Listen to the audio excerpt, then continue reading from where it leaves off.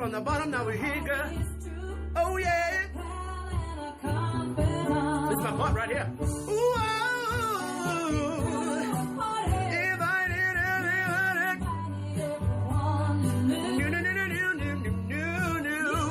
The biggest gift, the biggest.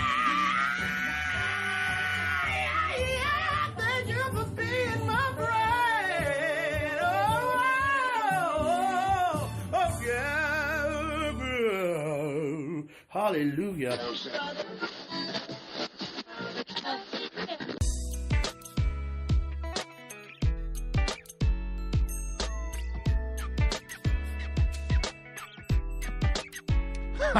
Hi, everybody, and welcome to the Pre-Accident Podcast. How about that for an opening? Special thanks go out to a YouTube guy called Finally Aaron, who does gospel additions to popular songs. I might spend a little bit too much time on the internet, but it's a work problem. I mean, I'm doing it for you, so I'm totally taking the bullet for you guys so you have an opportunity to experience that. But it's a good way to start this podcast. I'm glad you're here. Man, things are going great. It's a busy time. I'm smack dab in the middle of the summer, right at the cusp between July and August. In fact, it's the final day. And I wanted to put together this podcast really quick while it was fresh on my mind. I think you'll like this. You know how I don't really try to interview people. I mean, you've probably figured that out by now. I don't even know if I'd be very good at interviewing people. What I like to do is just have conversations. It seems, well, I think it's better to listen by which to listen. How would you say that in English? Anyway, I think they're better to hear, and I know they're better for the people who are on the podcast talking with me. An interview seems really formal and kind of scary, and maybe you'd want the questions beforehand and stuff, but a conversation, I mean, who knows where stuff will take you? And this podcast is a really good example of that very phenomena. Who knows where stuff will take you? Because I was doing some work with a large company on the West Coast, and it was one of those freaky, wonderful, serendipitous events. I mean, it's just, you know when you meet somebody in the airport or you see somebody at the state fair and you haven't seen them in a long time and you're just like, this is perfect. It was one of those. I was working. Bob Edwards was actually really close by working, and Ron Gant was just right down the street. And so we decided we had to go have dinner. Now, I was really pushing for pizza. I got vetoed, but I'm always kind of pushing for pizza because pizza, in my opinion, is the perfect food for so many reasons. I love the informality of pizza, but I stay for the taste, and I'll never leave for the sausage. That's pretty much my story. But we ended up sitting around a table on a beautiful evening in San Ramon, California, at a place called the San Ramon Valley Conference Center. And it became really clear that we ought to put together a podcast, the three of us together. And so we just did. We just tossed together a little podcast, and that's what you're going to hear today. It's a good part of what happens. Let's see, what else do I got? So if you're interested in that Berlin conference, if you're in Europe or you want to travel to Europe or you're close by, it looks like that it's going to make it. There's enough people that have signed up, so that's good. There's still quite a bit of room. So there's probably 10 or 12 spots open. If you're interested, we'd love to have you. I think it's going to be fun. It's a kind of classic 3-day workshop. We're going to do a fundamentals, which is so important. You guys, when you're out there doing this safety differently stuff and this new view stuff, don't assume people have the same knowledge. Don't assume people are thinking the way you're thinking. They're not. And you have to sort of build a bridge from classic thinking about reliability, I think we could call that old school, to new thinking about reliability. I think we can call that safety differently. And that fundamentals discussion, it's vital. I mean, you have to have that arc. You take people from where they are to where they need to go. You just can't start them at where they need to go. In fact, you always have to replace old information with new information. And the way you do that is by talking about sort of the foundations of where this came from. And that's really good. So the first day is foundations. And then the second day, we're going to really focus on operational learning and near misses, close calls, good catches, similar misses, and really ways to learn and improve. Because you know this, I say it all the time, when something happens in your organization, management has two choices. They can get better or they can get revenge. And we really want them to sort of move towards the get better side of it. But that's a part of it. If you want to go to Berlin, September 5th, 6th, and 7th, I think that's when it is. We'd love to have you. So contact me or contact Bob, and we'll get that set up for you. Until then, let me shut up and get right to the important parts of the podcast. The reason you're here, I think you're going to like this a lot. It couldn't be less formal. It's pretty funny. And it's a conversation about sort of the new view and safety differently with two people who think about the new view and safety differently a lot. So without further ado, ladies and gentlemen, this is Ron Gant, Todd Conklin, that's me, and Bob Edwards. And we're going to have a little conversation. So here we are at the San Ramon Valley Conference Center. That's SRVCC. I call it Electric Summer Camp. And I'm here, and it's too good of an opportunity because Ron Gant, you can't spell wrong without Ron G, right? And Bob Edwards, Bob spelled the same way forwards and backwards. Try it. It's a science experiment. They're here as well. And I thought this is a great chance to get together and just kind of shoot the breeze with them, right? And so I thought I'd ask them a couple questions. One is, what are you currently thinking? And then give us some time to discuss that. And then the second question I'm going to ask is, I'm going to make it up as we go along. So I'm pretty sure it's going to be what your favorite food is, but I'm not really certain that's what it's going to be. But let's start out by talking about sort of what we're currently thinking. And Ron, why don't you lead the... So what I'm thinking is that these podcasts generally are better the second time we record them. That's what I'm thinking. I'm just saying. I mean, I'm not saying anybody didn't push the record button again for the 5th time, but I'm just saying probably the second time through this is going to actually be better. Actually, the third time is really the charm. If you want to know when the charm is, it's the third time. But the second time, I think, is better. Yeah. But you'll never have the first one again. That's true. You can't be first, Bob, but you can be next. Let's go with that. You want to? Let's go with that. So, what are you thinking? Let's go to Ron first. Okay, so one of the things I've been thinking a lot about is we talk about how to learn from normal work, and you gotta, that's something we gotta get out and study.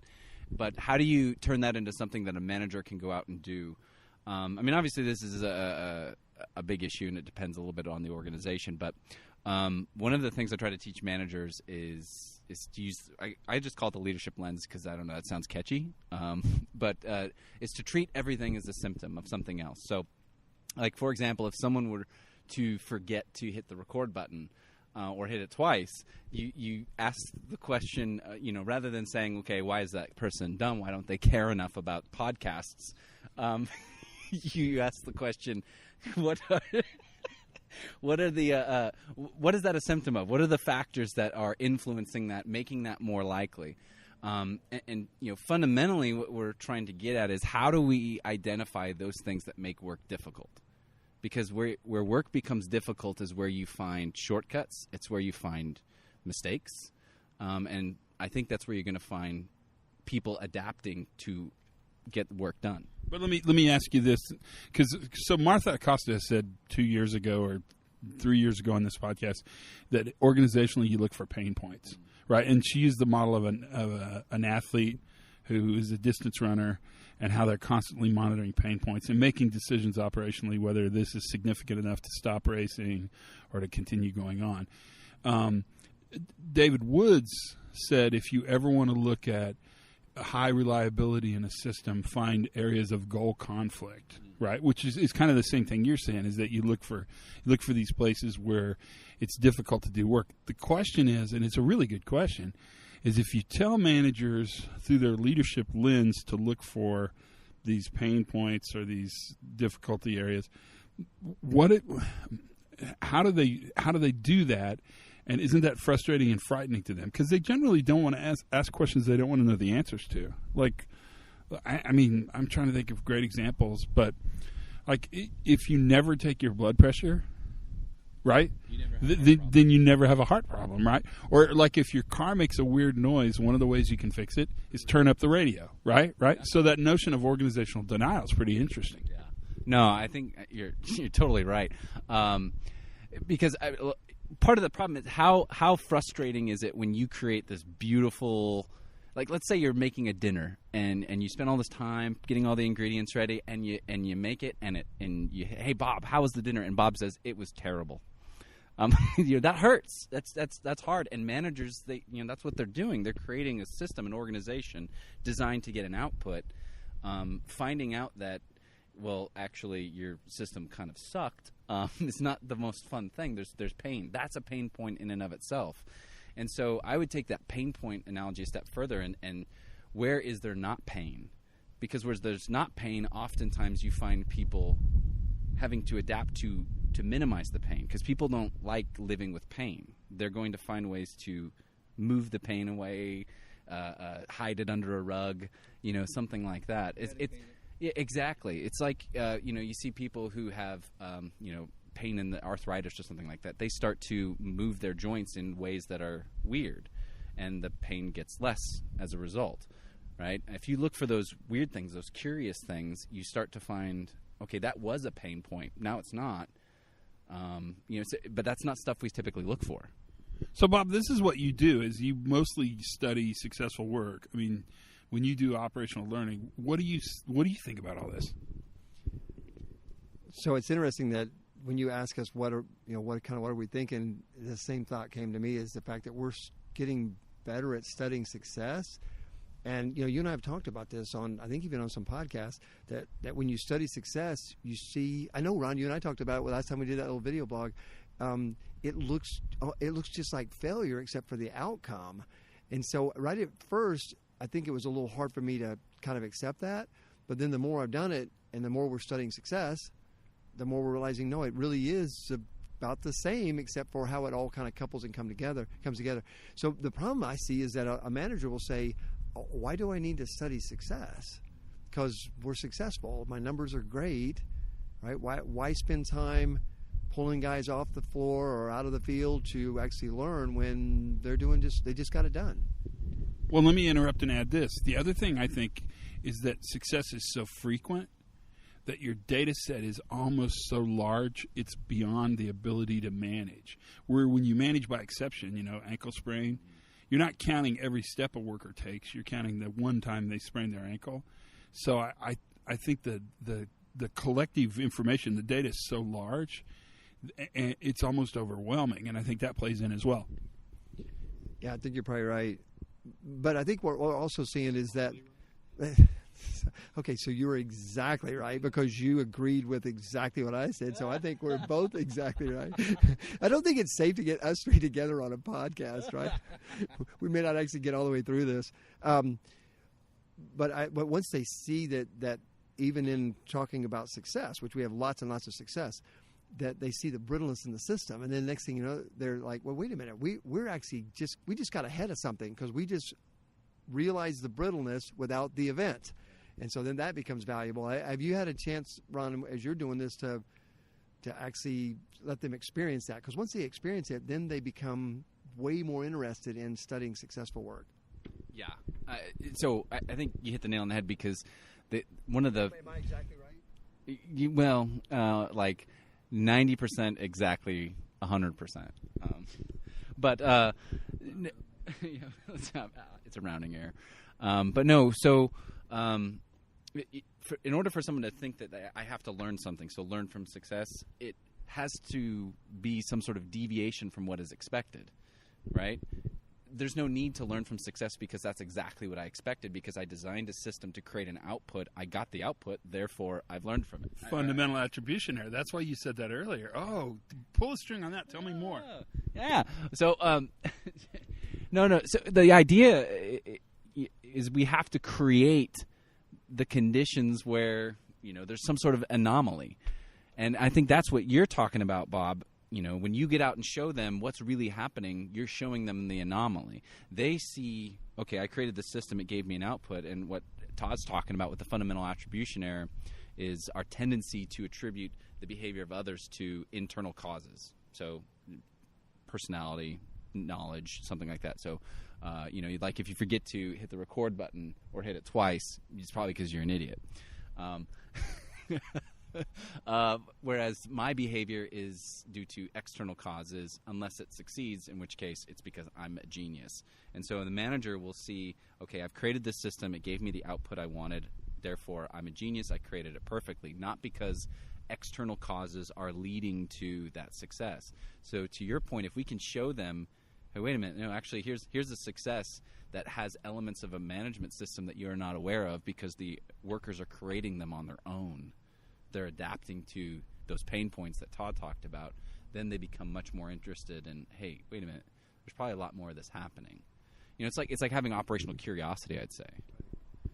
Right, and you know, at the recent safety conference, we actually did that workshop where, or that session where we just described what we had learned from a learning team and said, here's all the conditions, how did this end? And the folks in there had about a 50-50 chance of getting it right because they'd say, that must have failed. Nope, that one was successful. And then we'd do another one, right? And it was just where we had operationally learned about stuff, and they would see this complexity and the adaptation like you're talking about, the pain points and the things that people were dealing with, and they had about a 50-50 chance of getting it right by guessing, how did this end? Was it successful or was it a failure? And so I think once we realize that that's pretty common, actually pretty normal if we'll go after it, we can go learn. Right? It's curiosity. It's kind of hard to not learn once you start to get curious. Yeah, absolutely. So how do we build that curiosity into leadership? Because there's more things they don't want to know. The baby's ugly story. How do we make them curious? So that I had a situation happen once where I was talking to a manager about a safety problem, and he looked at me and said, "Stop! Don't tell me anymore. I don't want to know this." Right? And because I don't know how to fix it. But not knowing doesn't make us better or smarter, right? Not knowing doesn't. So how do we create curiosity? I mean, for me, it's just a practical application of operational learning where you actually can say, "Hey, here is an example." Because I learn from stories and examples, right? We tell stories all the time, and so when I can show them once, then maybe it'll spark a little curiosity. Sites that are getting really good at this, they become very curious, right? Even when we had this happen, right? One company said, we've had the best performance this first quarter, but we haven't changed anything. They became curious, right? So almost the lack of something made them curious, like you were saying a minute ago, Ron, that they went and said, let's study why there isn't any problem. No, and it actually reminds me, I got contacted by a guy who I think had either heard from you, Todd, or worked with you, and he was like, how do we start this process? How do we do it? And that's sort of what I told him is, you know, you're not going to change management's mind all at once. Not everybody's not going to be like, hoorah, let's start doing this. Take one job and just apply it. Try it out and say, hey, let's try it on this one job micro experiment, right? Let's try it out, see how it works, see what we find out. And if we don't find out anything, cool. You know, we didn't waste that much time. But oftentimes they do find out that, wait a minute, you know, there is something here because I'm not going to be curious about something that I already know. Or that I think I know. Exactly, right? And so you have to show them there's a little man behind the curtain, behind the great and powerful Oz that's actually running this show. And keeping this show running. So if we don't show them that, they're never going to know that there's anything to be curious about. Once you show them that, then, I mean, it's hard to not be curious because then they start asking questions, where else is this? Yeah, but that goes back to kind of the Rumsfeld idea. The known knowns, the unknown knowns, the known unknowns, the unknown unknowns, whatever the hell Rumsfeld. I mean, he said it was a long time ago, but he said that. Leaders don't know what they don't know.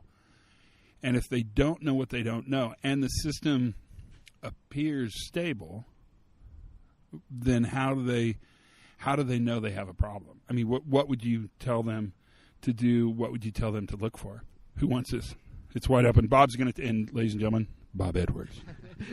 I could give you just a quick example, I think this is where those of us that are advocates of this way of thinking in our businesses can really help our leadership because I noticed I changed that from cause to because. You know, I got that southern thing there. I'm trying to do a little better.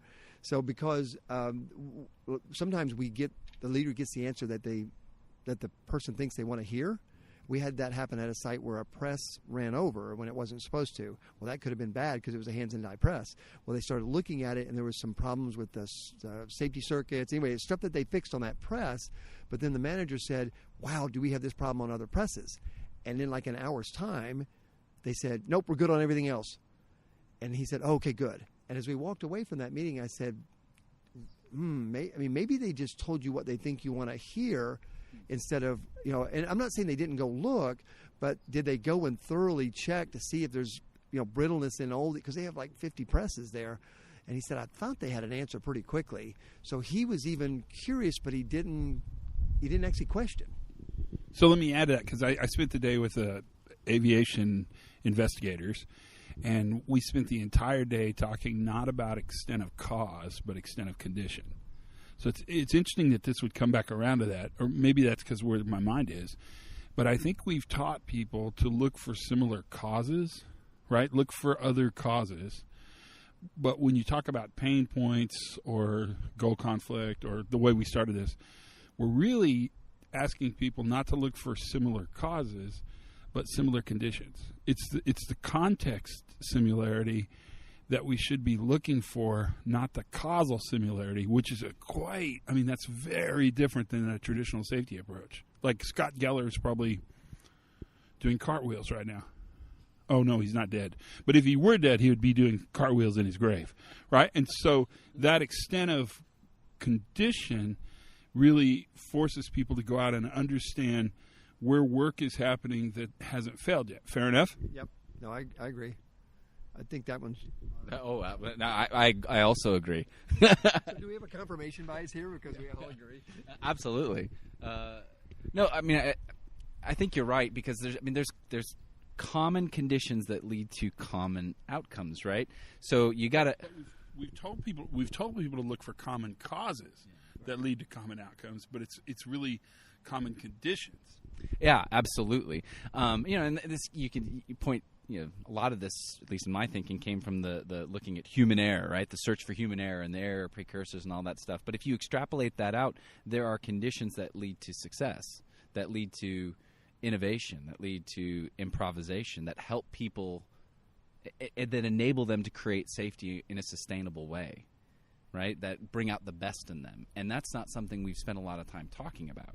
And unfortunately, that doesn't mean it's not happening, right? The workers are having to do it on their own. And so that, to me, like going back to how do you get people curious is, okay, how do you know what's really happening? How would you know that you have an idea of what's happening? How would you know you were wrong? And once you start to this and this, but like you pointed out, Bob, sometimes the information channels are flawed. So right off the bat, those are conditions that are leading the leader to make poor decisions, right? Those are information channels that are giving them bad info that they rely on to create an outcome that they didn't realize were there. And so going back to your point, Todd, by pointing out these conditions, you can say, hey, you're trying as hard as you can to do a good job, but it's leading to a bad outcome because of the conditions. What do you think is happening in the thousands and millions of times that's happening in your organization? What are the conditions that are leading to the outcomes down there? Where are the pain points? And it's really interesting to me because those same conditions that lead to success are the same conditions that also can lead to failure. And so that can be a little scary, except that when you realize it's how things kind of couple and come together, and a lot of it's just normal stuff, not causal necessarily at all, right?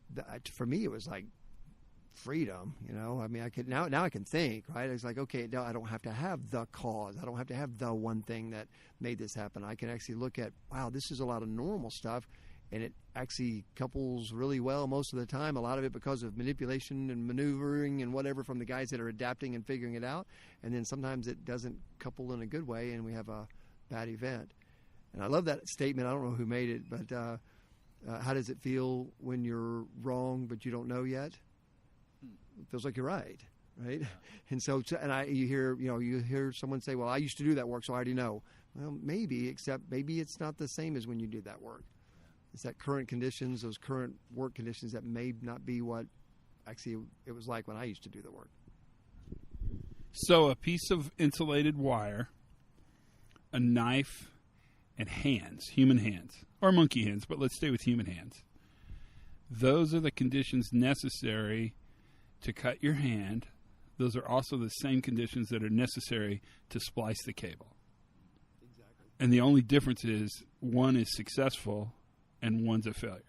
So the condition. So it totally begs this question, and this is pretty Zen-like. What do you do with this? So I'd like to pass that one off to Ron. No, sorry. So Ron Gant. What do we do with it? Well, I think that, for example, let's just go with the knife example. What we find is that taking knives away from the worker so that he won't get cut, now he can no longer do his work. And then we give him a knife that has a blunt end on it because we don't want him to get hurt with it. Oh, by the way, he does very, very high-risk, dangerous work all the time, but I don't trust him with a pocket knife. And so now I've actually made the system probably worse. Now he's got ergo issues because he's using a butter knife to try to... So I still have the knife and the wire in the hand, but now I've actually, because I didn't learn, I didn't listen, I actually made it worse. Except that you're taking the knife away because in successful work you've identified a potential risk, hand cut, and you've actually then changed the conditions to actually preventatively change the outcome before it happens. I mean, I think this is a pretty hard question because you're right, because then we give them some kind of gizmoed wire stripper hoo-ha that doesn't work worth a crap, takes longer, creates ergonomic issues. All those things are true. It strikes me that all the stuff we preach has the potential to be fatally flawed as well. Yeah, that's a good point. As we're talking about this, an analogy a buddy of mine, Simon Albury, came up with is to understand the difference between what we're talking about is think of a spinning top, just like the little spinning top, like an Inception, right? The traditional approach to safety would say that our goal with a spinning top is to keep it from falling. When you have that as your goal, that goal creates ways that you can achieve that goal. The way we frame it leads to the intervention, right? And so I can build a scaffold around the top, and that would achieve that goal, right? The problem is that goal that we created is in conflict with the other goals. So we created the goal conflict, right? The other part of the goal is we need the darn thing to spin, right? If I build a scaffold, it stops spinning. So what if we change the goal to keep it spinning? What if the goal in safety was to keep it spinning? So going to the cut analogy, the goal is, we don't want people to cut their hands, but cutting their hands is actually something that will inhibit us from achieving the overall goal of that entire operation.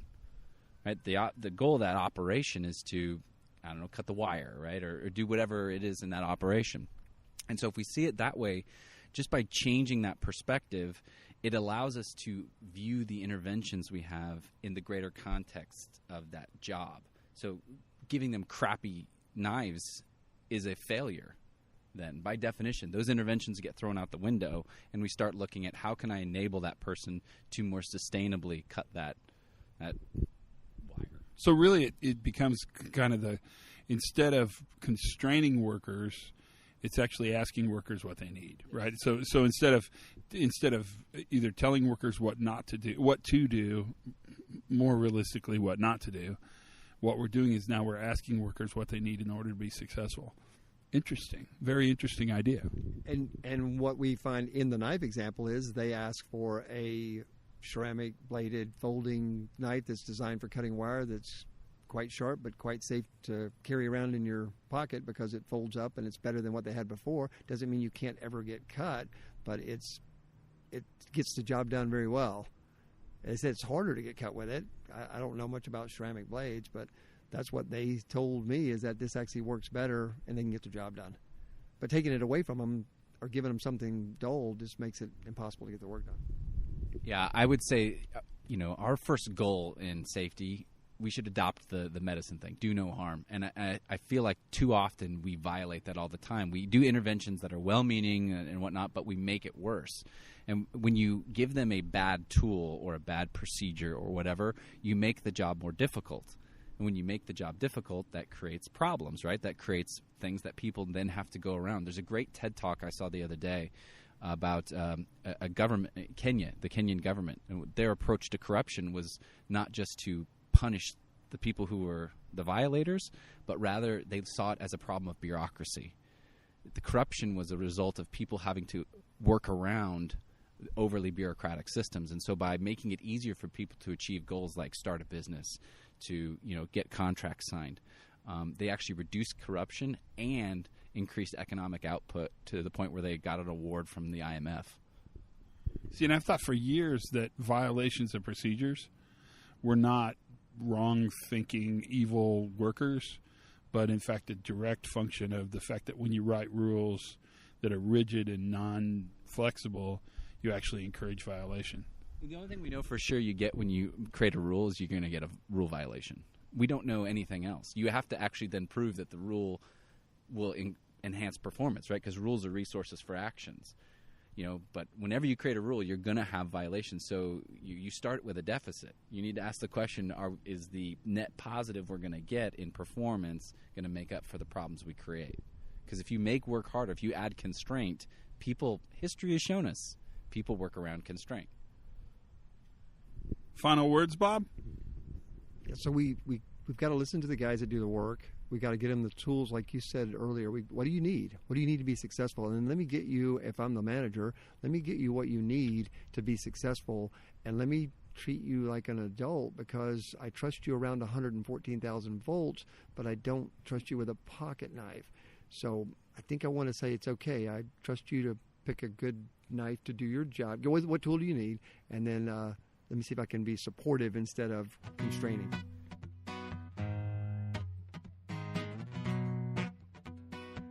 And that's the conversation. What'd you think? I told you, they're fun. It's great. Someday, let's you and I do one of those. That'd be fun as well. I almost always have my little recorder thing, and it does a pretty good job. I mean, there's a little dropout. Sorry for the technical stuff. There's quite a bit of laughter, but that's all right. It's a conversation, and you were invited along. So that's the news. Think about Berlin if you haven't thought about it yet. Have as much fun as you possibly can. Learn something new every single day. And for goodness sakes, you guys, be safe.